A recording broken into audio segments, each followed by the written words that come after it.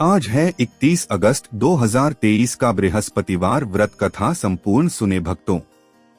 कहते हैं कि गुरुवार व्रत कथा भगवान विष्णु के पावन व्रत है, जिसे सुनने मात्र से धन धान्य से संपूर्ण हो जाते हैं। जो बृहस्पतिवार के व्रत करते हैं माता बहनें, वह इस कथा को जरूर सुने। ध्यान पूर्वक भगवान विष्णु के चरणों में ध्यान करते हुए तो कथा को शुरू करते हैं। प्राचीन समय की बात है। भारत में एक राजा राज्य करता था। वह बड़ा प्रतापी तथा दानी था। वह नित्य प्रति मंदिर में भगवान दर्शन करने जाता था। वह ब्राह्मण और गुरु की सेवा किया करता था। उसके द्वार कोई भी याचक निराश होकर नहीं लौटता था। वह प्रत्येक गुरुवार को व्रत रखता एवं पूजन करता था। गरीबों की सहायता करता था। परंतु यह सब बातें उसकी रानी को अच्छी नहीं लगती थी। वह न व्रत करती और न किसी को एक भी पैसा दान में देती थी। वह राजा से भी ऐसा करने को मना किया करती थी। एक समय की बात है कि राजा शिकार खेलने वन को चले गए। घर पर रानी और दासी थीं। उस समय गुरु बृहस्पति साधु का रूप धारण कर राजा के दरवाजे पर भिक्षा मांगने आए। साधु ने रानी से भिक्षा मांगी तो वह कहने लगी, हे साधु महाराज, मैं इस दान और पुण्य से तंग आ गई हूँ। इस कार्य के लिए तो मेरे पतिदेव ही बहुत है। अब आप ऐसी कृपा करें कि सारा धन नष्ट हो जाए तथा मैं आराम से रह सकूं। साधु रूपी बृहस्पति देव ने कहा, हे देवी, तुम बड़ी विचित्र हो। संतान और धन से कोई दुखी नहीं होता है, इसको सभी चाहते हैं। पापी भी पुत्र और धन की इच्छा करता है।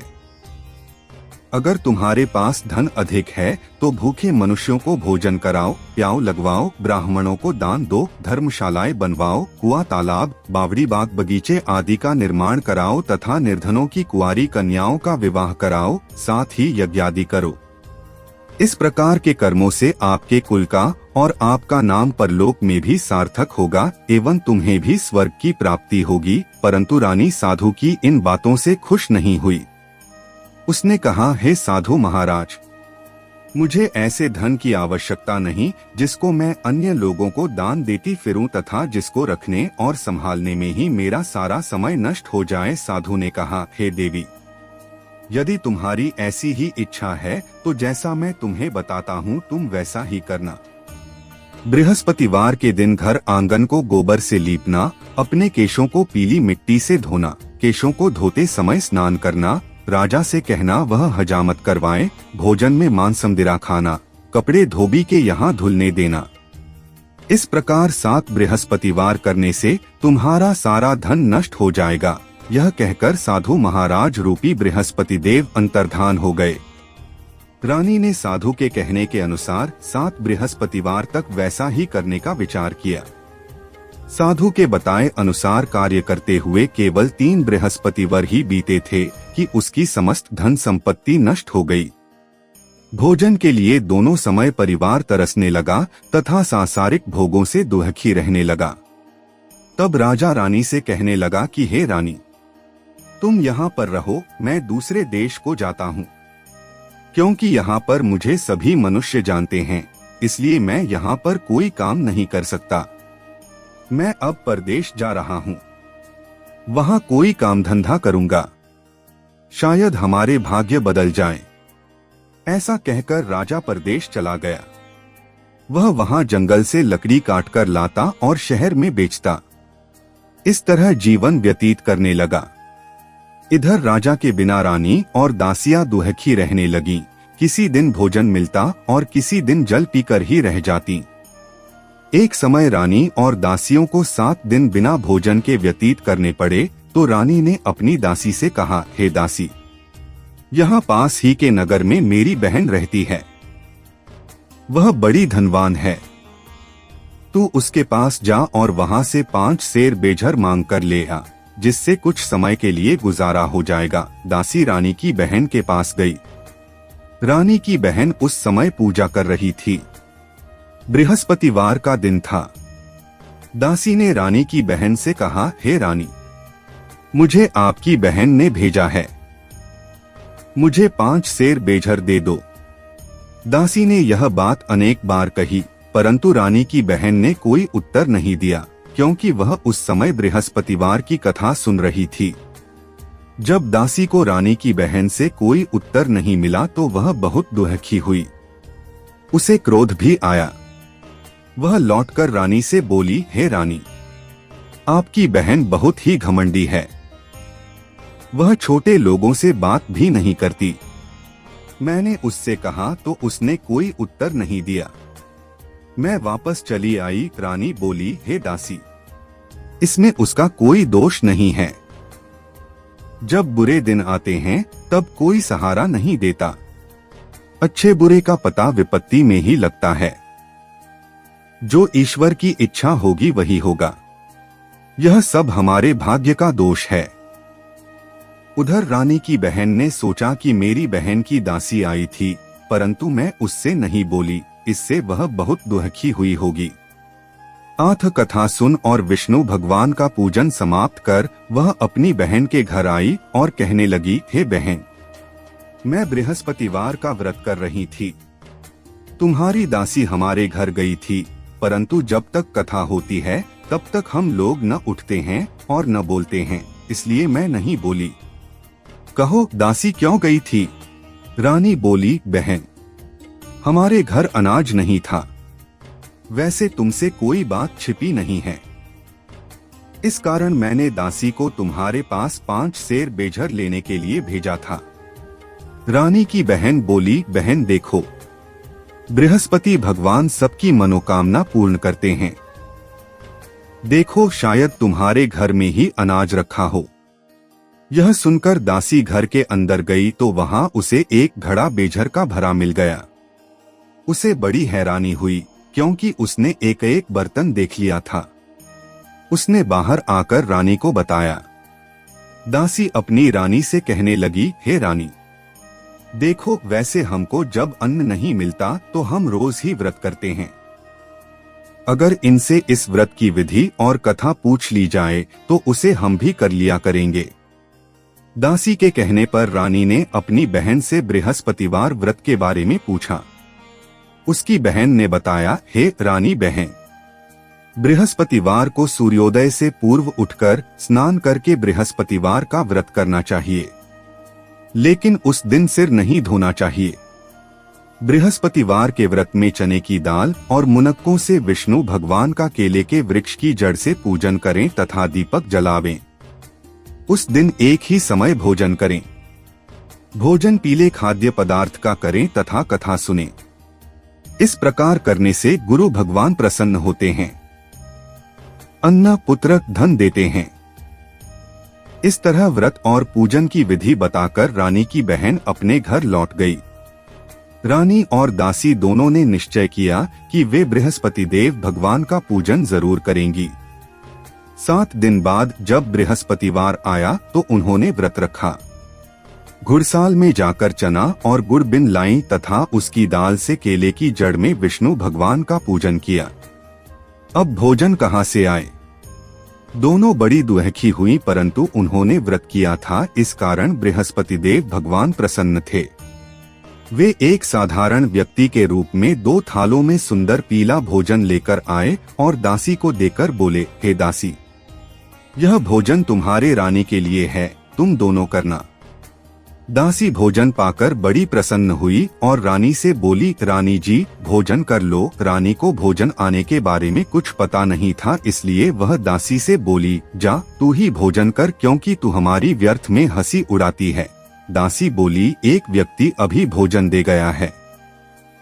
रानी कहने लगी, वह भोजन तेरे ही लिए दे गया है, तू ही भोजन कर। दासी ने कहा, वह व्यक्ति हम दोनों के लिए 2 थालों में भोजन दे गया है, इसलिए मैं और आप दोनों ही साथ साथ भोजन करेंगी।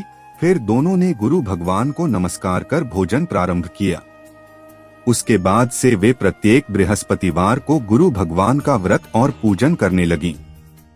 बृहस्पति भगवान की कृपा से उनके पास धन हो गया, परंतु रानी फिर पहले की तरह से आलस्य करने लगी। तब दासी बोली, देखो रानी, तुम पहले भी इस प्रकार आलस्य करती थीं, तुम्हें धन के रखने में कष्ट होता था, इस कारण सभी धन नष्ट हो गया। अब गुरु भगवान की कृपा से धन मिला है तो फिर तुम्हें आलस्य होता है। बड़ी मुसीबतों के बाद हमने यह धन पाया है, इसलिए हमें दान पुण्य करना चाहिए। तुम भूखे मनुष्यों को भोजन कराओ, प्याऊ लगवाओ, ब्राह्मणों को दान दो, कुआं तालाब बावड़ी आदि का निर्माण करवाओ, मंदिर पाठशाला बनवाकर दान दो, कुंवारी कन्याओं का विवाह करवाओ, धन को शुभ कार्यों में खर्च करो, जिससे तुम्हारे कुल का यश बढ़े तथा स्वर्ग प्राप्त हो और पितृ प्रसन्न हो। दासी की बात मानकर रानी ने इसी प्रकार के कर्म करने प्रारंभ किए, जिससे उनका काफी यश फैलने लगा। एक दिन रानी और दासी आपस में विचार करने लगीं कि न जाने राजा किस दशा में होंगे, उनकी कोई खोज खबर नहीं है। गुरु भगवान से उन्होंने प्रार्थना की और भगवान ने रात्रि में राजा को स्वप्न में कहा, हे राजा उठ, तेरी रानी तुझको याद करती है, अब अपने देश को लौट जा। राजा प्रातःकाल उठकर जंगल से लकड़ियां काटकर लाने के लिए जंगल की ओर चल पड़ा। जंगल से गुजरते हुए वह सोचने लगा, रानी की गलती से कितने दुर्हक भोगने पड़े। राजपाट छोड़कर उसे जंगल में आकर रहना पड़ा। जंगल से लकड़ियां काटकर उन्हें बेचकर गुजारा करना पड़ा। उसी समय उस जंगल में बृहस्पति देव एक साधु का रूप धारण कर आए और राजा के पास आकर बोले, हे लकड़हारे, तुम इस सुनसान जंगल में किस चिंता में बैठे हो, मुझे बतलाओ। यह सुन राजा के नेत्रों में जल भर आया और साधु की वंदना कर बोला, हे प्रभु, आप सब कुछ जानने वाले हैं। इतना कहकर राजा ने साधु को अपनी संपूर्ण कहानी सुना दी। महात्मा तो स्वभाव से ही दयालु होते हैं। वे राजा से बोले, हे राजा, तुम्हारी पत्नी ने बृहस्पति देव के प्रति अपराध किया था, जिसके कारण तुम्हारी यह दशा हुई। अब तुम किसी प्रकार की चिंता मत करो, भगवान तुम्हें पहले से अधिक धन देंगे। देखो, तुम्हारी पत्नी ने बृहस्पतिवार का व्रत करना प्रारंभ कर दिया है। अब तुम भी बृहस्पतिवार का व्रत करके चने की दाल व गुड़ और जल को लोटे में डालकर केले के पत्ते से भगवान विष्णु का पूजन करो। फिर कथा कहो या सुनो, भगवान तुम्हारी सब कामनाओं को पूर्ण करेंगे। साधु को प्रसन्न देखकर राजा बोला, हे प्रभु, मुझे लकड़ी बेचकर इतना पैसा भी नहीं बचता जिससे भोजन करने के उपरांत कुछ बचा सकूं। मैंने रात्रि में अपनी रानी को व्याकुल देखा है, मेरे पास कोई साधन नहीं जिससे समाचार जान सकूं। फिर मैं बृहस्पतिवार की कौन सी कहानी कहूं या सुनूं? मुझको तो कुछ भी मालूम नहीं है। साधु ने कहा, हे राजा, तुम किसी बात की चिंता मत करो। बृहस्पतिवार के दिन तुम रोजाना की तरह लकड़ियां लेकर शहर में जाओ। तुम्हें रोज से 2 गुना धन प्राप्त होगा, जिससे तुम भली भांति भोजन कर लोगे तथा बृहस्पति देव की पूजा का सामान भी आ जाएगा। बृहस्पति देव की कथा इस प्रकार है। प्राचीन काल में एक बहुत ही निर्धन ब्राह्मण था। उसके कोई संतान नहीं थी। वह नित्य पूजा पाठ करता, परंतु उसकी स्त्री बहुत मलिनता के साथ रहती थी। वह न स्नान करती और न किसी देवता का पूजन करती। प्रातःकाल उठते ही सर्वप्रथम भोजन करती, बाद में कोई अन्य कार्य करती। ब्राह्मण देवता बहुत दुखी रहते थे। पत्नी को बहुत समझाते, किंतु उसका कोई परिणाम न निकलता। भगवान की अनुकंपा से एक समय उस ब्राह्मण की पत्नी गर्भवती हुई और 10वें महीने एक सुंदर कन्या को जन्म दिया। निर्धन ब्राह्मण कन्या के जन्म से बहुत दुखी हुआ। धीरे धीरे ब्राह्मण की कन्या बड़ी होने लगी। बचपन से ही उस कन्या की रुचि भगवान विष्णु की पूजा में थी। वह प्रातः उठते ही स्नान आदि करके भगवान विष्णु की पूजा करने मंदिर में जाती थी। बृहस्पतिवार को व्रत करके विधिवत पूजा पाठ करती थी। पूजा पाठ के बाद वह पढ़ने के लिए पाठशाला में जाती थी। घर से चलते हुए वह मुट्ठी भर जौ साथ लेकर जाती और पाठशाला के रास्ते में थोड़े थोड़े जौ गिराती जाती थी। जब वह पाठशाला से घर लौटती तो जौ के वह दाने सोने में बदले हुए मिलते थे। लड़की सभी सोने के दाने बीन लाती थी। एक दिन जब वह सोने के दानों को साफ कर रही थी तो उसकी माँ ने कहा, बेटी, सोने के दाने साफ करने के लिए सोने का सूप भी होना चाहिए। अगले दिन बृहस्पतिवार था। उसने भगवान बृहस्पति देव की पूजा करते हुए प्रार्थना की, हे भगवान, यदि मैंने आपका व्रत विधिवत किया हो तो मुझे सोने का सूप दे दो। भगवान बृहस्पति देव ने उसकी मनोकामना पूरी करने का वचन दिया। पाठशाला से लौटते समय उसे रास्ते में सोने का सूप पड़ा हुआ मिला। घर लौटकर सोने का सूप अपनी मां को दिखाकर वह सोने के दाने साफ करने लगी। उसी समय नगर का राजकुमार उसके घर के पास से गुजरा। उस सुंदर लड़की को सोने के सूप में जौ साफ करते देख राजकुमार उस पर मोहित हो गया। महल में लौटकर राजकुमार ने राजा से उस लड़की से विवाह करने की इच्छा प्रकट की तो राजा ने ब्राह्मण को महल में बुलाकर राजकुमार से उसकी लड़की के विवाह की बात कही। ब्राह्मण तैयार हो गया। धूमधाम से उस लड़की का विवाह राजकुमार से हो गया। दुल्हन बनकर ब्राह्मण की लड़की महल में चली गई। लड़की के चले जाने से ब्राह्मण फिर निर्धन हो गया। उसे कई कई दिन भोजन भी नहीं मिलता था। बहुत दुखी होकर ब्राह्मण एक दिन अपनी लड़की के पास गया। अपने पिता से निर्धनता का समाचार सुनकर उसे बहुत सा धन देकर पिता को विदा किया। उस धन से ब्राह्मण कुछ दिन तो आराम से गुजर गए, लेकिन जल्दी ही फिर भूखों मरने की हालत हो गई। ब्राह्मण अपनी लड़की से धन लेने के लिए फिर महल में पहुंचा। लड़की ने पिता की बुरी हालत देखकर कहा, पिताजी, आखिर आप कब तक मुझसे धन लेकर जीवन यापन करेंगे? आप कोई ऐसा उपाय क्यों नहीं करते जिससे आपका घर धन संपत्ति से भर जाए? ब्राह्मण ने कहा, मैंने तेरी माँ को बहुत समझा लिया, पर उसकी समझ में कुछ नहीं आता। उसका फूहड़पन नष्ट हो तो घर की निर्धनता भी दूर हो जाए। तब कुछ सोचकर लड़की ने पिता से कहा, पिताजी, आप कुछ दिनों के लिए माँ को मेरे पास छोड़ जाओ। तब कुछ सोचकर ब्राह्मण पत्नी को लड़की के पास महल में छोड़ आया। लड़की ने अपनी माँ से कहा, माँ, तुम कल प्रातः उठकर स्नानादि करके भगवान बृहस्पति देव विष्णु जी की पूजा अवश्य करना। पूजा करने से तुम्हारी निर्धनता अवश्य दूर हो जाएगी। लेकिन उसकी माँ ने उसकी कोई बात नहीं मानी। तब क्रोधित होकर लड़की ने अपनी माँ को एक कक्ष में बंद कर दिया। सूर्योदय के समय माँ को उठाकर जबरदस्ती उसे स्नान कराया और फिर मंदिर में ले जाकर भगवान बृहस्पति देव की पूजा कराई। कुछ दिनों तक ऐसा करने से माँ की बुद्धि में परिवर्तन हुआ और वह स्वयं बृहस्पतिवार का व्रत रखने लगी। उसके व्रत रखने से ब्राह्मण के घर में भगवान विष्णु की अनुकंपा से धन की वर्षा होने लगी। दोनों पति पत्नी धन संपत्ति पाकर आनंद पूर्वक जीवन यापन करते हुए विष्णु धाम को चले गए। लकड़हारा बने राजा ने उन साधु से भगवान बृहस्पति देव की यह कथा सुनकर बृहस्पतिवार का व्रत करके भगवान विष्णु की पूजा की। उस दिन से उसके सभी क्लेश दूर हो गए। लेकिन अगले बृहस्पतिवार को कामकाज में अधिक व्यस्त रहने के कारण उसने भगवान बृहस्पति देव जी का व्रत नहीं किया। भगवान बृहस्पति देव लकड़हारे से क्रोधित हो गए और उसे भूल की सजा दी। उस दिन नगर के राजा ने नगर में घोषणा करके सबको सूचित किया, प्रत्येक नागरिक मेरे महल में भोजन करने आए। जो नहीं आएगा उसे अपराधी मानकर भारी दंड दिया जाएगा। लकड़हारा बने राजा ने उस नगर के राजा की घोषणा तो सुनी, लेकिन जंगल से लकड़ी काटकर लाने और उन्हें बेचने में देर हो जाने के कारण वह समय पर महल में भोजन करने नहीं जा सका। आठ राजा के सैनिक लकड़हारे को पकड़कर महल में ले गए। राजा ने उसे महल के एक कक्ष में बैठाकर भोजन कराया।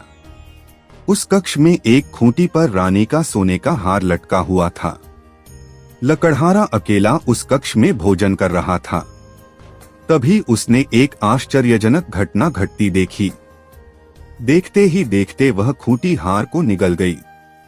थोड़ी देर के बाद राजा ने हार को गायब देखा तो लकड़हारे को कारावास में डलवा दिया।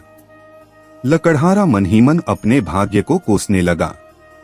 तभी उसे जंगल में मिले साधु का स्मरण हो आया। थोड़ी देर में भगवान बृहस्पति देव सन्यासी के रूप में उसके सामने प्रकट हुए और कहा, हे लकड़हारे, तूने भगवान बृहस्पति देव की पूजा नहीं की, इसी कारण तुम्हें कष्ट हुआ है। लेकिन अब चिंता मत करो। बृहस्पतिवार के दिन कारागार के दरवाजे पर तुम्हें कुछ पैसे पड़े हुए मिलेंगे। उन पैसों से भगवान बृहस्पति देव का व्रत करके उनकी पूजा करोगे तो तुम्हारे सब दुख नष्ट हो जाएंगे। बृहस्पतिवार के दिन दरवाजे पर पड़े मिले पैसों से चने और गुड़ मंगाकर लकड़हारे ने बृहस्पतिवार की कथा कही तो भगवान बृहस्पति देव ने प्रसन्न होकर उस नगर के राजा को स्वप्न में लकड़हारे को कारागार से मुक्त करने को कहा। सुबह राजा ने अपने कक्ष में आकर देखा तो खूंटी पर रानी का हार टंगा हुआ था। राजा ने लकड़हारे को मुक्त कर दिया और उसे धन और आभूषण देकर विदा किया। लकड़हारा बना राजा उस नगर से चलकर अपने नगर में पहुंचा तो उस नगर में कुएं, धर्मशाला, बाग बगीचे देखकर बहुत प्रसन्न हुआ। राजा ने किसी से पूछा, ये कुएं धर्मशालाएं किसने बनवाई हैं? सबने उसे बताया कि ये सब रानी और उसकी दासी ने बनवाए हैं। राजा महल में पहुंचा तो रानी ने उसका भव्य स्वागत किया। तब राजा ने निश्चय किया कि सप्ताह में एक बार तो सभी बृहस्पति देव का व्रत तथा पूजन करते हैं, परंतु मैं प्रतिदिन व्रत किया करूंगा तथा दिन में 3 बार कथा कहा करूंगा। अब राजा हर समय दुपट्टा में चने की दाल बांधे रहता तथा दिन में 3 बार बृहस्पति देव की कथा कहता। कुछ दिनों के बाद राजा को अपनी बहन की याद आई। एक दिन घोड़े पर सवार होकर राजा अपनी बहन से मिलने चल दिया। अभी राजा नगर के बाहर पहुंचा ही था कि उसने कुछ लोगों को एक शव को ले जाते हुए देखा। राजा को स्मरण हो आया कि आज उसने किसी को बृहस्पतिवार की व्रत कथा नहीं सुनाई है। राजा ने उन लोगों को रोककर कहा, भाइयों, आप शव को ले जाने से पहले मुझसे बृहस्पतिवार की कथा सुन लें। लोगों ने राजा पर क्रोधित होते हुए कहा, तुम पागल तो नहीं हो? लेकिन कुछ बड़े बूढ़े लोगों ने कहा, अच्छा भाई, साथ में चलते चलते तुम अपनी कथा भी सुना लो। राजा ने चलते हुए आधी कथा ही सुनाई थी कि शव हिलने लगा। राजा के पूरी कथा सुनाते ही शव उठकर बैठ गया। लोगों ने हैरानी से दांतों तले उंगली दबाई और अगले बृहस्पतिवार से भगवान बृहस्पति देव का व्रत करने व कथा सुनने का निश्चय कर लिया। अब घोड़े पर सवार राजा चलते हुए एक किसान के पास पहुंचा। किसान अपने खेत में हल चला रहा था। राजा ने कहा, अरे भाई, मुझसे बृहस्पतिवार की कथा सुन लो। किसान झुंझलाकर बोला, अरे भाई, देख नहीं रहे? जितनी देर तक तुम्हारी कथा सुनूंगा उतनी देर में तो पूरे खेत में हल चला लूंगा। राजा निराश होकर चलने लगा। तभी किसान के बैल लड़खड़ाकर जमीन पर जा गिरे। किसान के पेट में भी जोरों का दर्द होने लगा। उस किसान की पत्नी जब खाना लेकर आई तो उसने किसान से इस बारे में पूछा। किसान ने घुड़सवार की पूरी कहानी सुनाई। किसान की पत्नी दौड़ती हुई राजा के पास पहुंचकर हाथ जोड़कर बोली, भैया, मैं तुम्हारी कथा सुनने को तैयार हूँ। राजा ने उसके साथ खेत पर पहुंचकर बृहस्पतिवार की कथा सुनाई। तभी बैल उठकर खड़े हो गए। किसान के पेट का दर्द भी तुरंत ठीक हो गया। राजा अपनी बहन के घर पहुंचा तो उसकी बहुत आवभगत हुई। अगले दिन सुबह उठकर राजा ने देखा घर के सभी लोग भोजन कर रहे हैं। किसी भूखे को बृहस्पतिवार की कथा सुनाए बिना राजा भोजन नहीं करता था। उसने बहन से कहा, बहन, क्या घर में कोई ऐसा व्यक्ति है जिसने अभी तक भोजन न किया हो? उसकी बहन बोली, भैया, हमारे घर में तो क्या आपको पूरे नगर में कोई ऐसा व्यक्ति नहीं मिलेगा जिसने सुबह सुबह भोजन नहीं किया हो। तब राजा ने बहन के घर से निकलकर उस नगर में बिना भोजन किए व्यक्ति की तलाश की। एक गडरिये के घर में उसका बेटा बीमार होने के कारण भूखा रह गया था। राजा ने उसको जाकर बृहस्पतिवार की कथा सुनाई। कथा सुनते सुनते गडरिये का बीमार बेटा बिल्कुल ठीक हो गया। सबने राजा की बहुत प्रशंसा की। एक दिन राजा ने अपनी बहन से कहा, बहन, अब हम अपने घर जाना चाहते हैं, तुम भी हमारे साथ चलो। कुछ दिन वहां रहकर लौट आना। राजा की बहन ने अपनी सास से पूछा तो सास ने ताने देते हुए कहा, बहू, मायके जाना हो तो अकेली जाना, मेरे पोतों को नहीं ले जाना। तुम्हारे भाई के कोई संतान नहीं है। कहीं तुम्हारी भाभी मेरे पोतों पर कोई जादू टोना न कर दे। दूसरे कक्ष में बहन की सास की बातें सुनकर राजा दुखी मन से अकेला ही अपने नगर को लौट गया। रानी ने राजा से कहा, आप तो अपनी बहन को साथ लाने की बात कहकर गए थे, फिर बहन को साथ क्यों नहीं लाए? तब राजा ने दुखी होते हुए कहा, रानी, हम निसंतान हैं, इसलिए कोई हमारे घर आना पसंद नहीं करता। रानी ने राजा को समझाया, हे प्राणनाथ, हमें बृहस्पति देव ने सब कुछ दिया है, अब भगवान बृहस्पति देव हमें संतान भी अवश्य देंगे। बृहस्पतिवार को विधिवत व्रत करते हुए राजा रानी ने भगवान बृहस्पति देव से संतान के लिए प्रार्थना की। कुछ दिनों के बाद उन्होंने स्वप्न में दर्शन देते हुए कहा, हे राजन, तेरी मनोकामना अवश्य पूरी होगी। 1 सप्ताह बाद ही रानी गर्भवती हो गई। 10वें महीने रानी ने एक सुंदर पुत्र को जन्म दिया। राजा रानी जीवन पर्यंत बृहस्पतिवार का व्रत करते रहे। उनके घर में धन की वर्षा होती रही। इस तरह आनंद पूर्वक जीवन यापन करते हुए राजा रानी भगवान बृहस्पति देव की अनुकंपा से मोक्ष को प्राप्त करके सीधे बैकुंठ धाम पहुंच गए। बृहस्पतिवार को विधिवत व्रत करके जो स्त्री पुरुष भगवान विष्णु की पूजा करते, भगवान उनकी सभी मनोकामनाएं पूरी करते हैं। तो कथा ऐसी तरह समाप्त होती है। बृहस्पति देव की जय। लक्ष्मी नारायण के चरणों में मेरा बार बार प्रणाम है। मैं यही चाहूंगा सभी का मनोकामना पूरा हो। वीडियो पसंद आई हो तो लाइक कीजिए और चैनल को सब्सक्राइब कीजिए इंदल वॉइस चैनल को।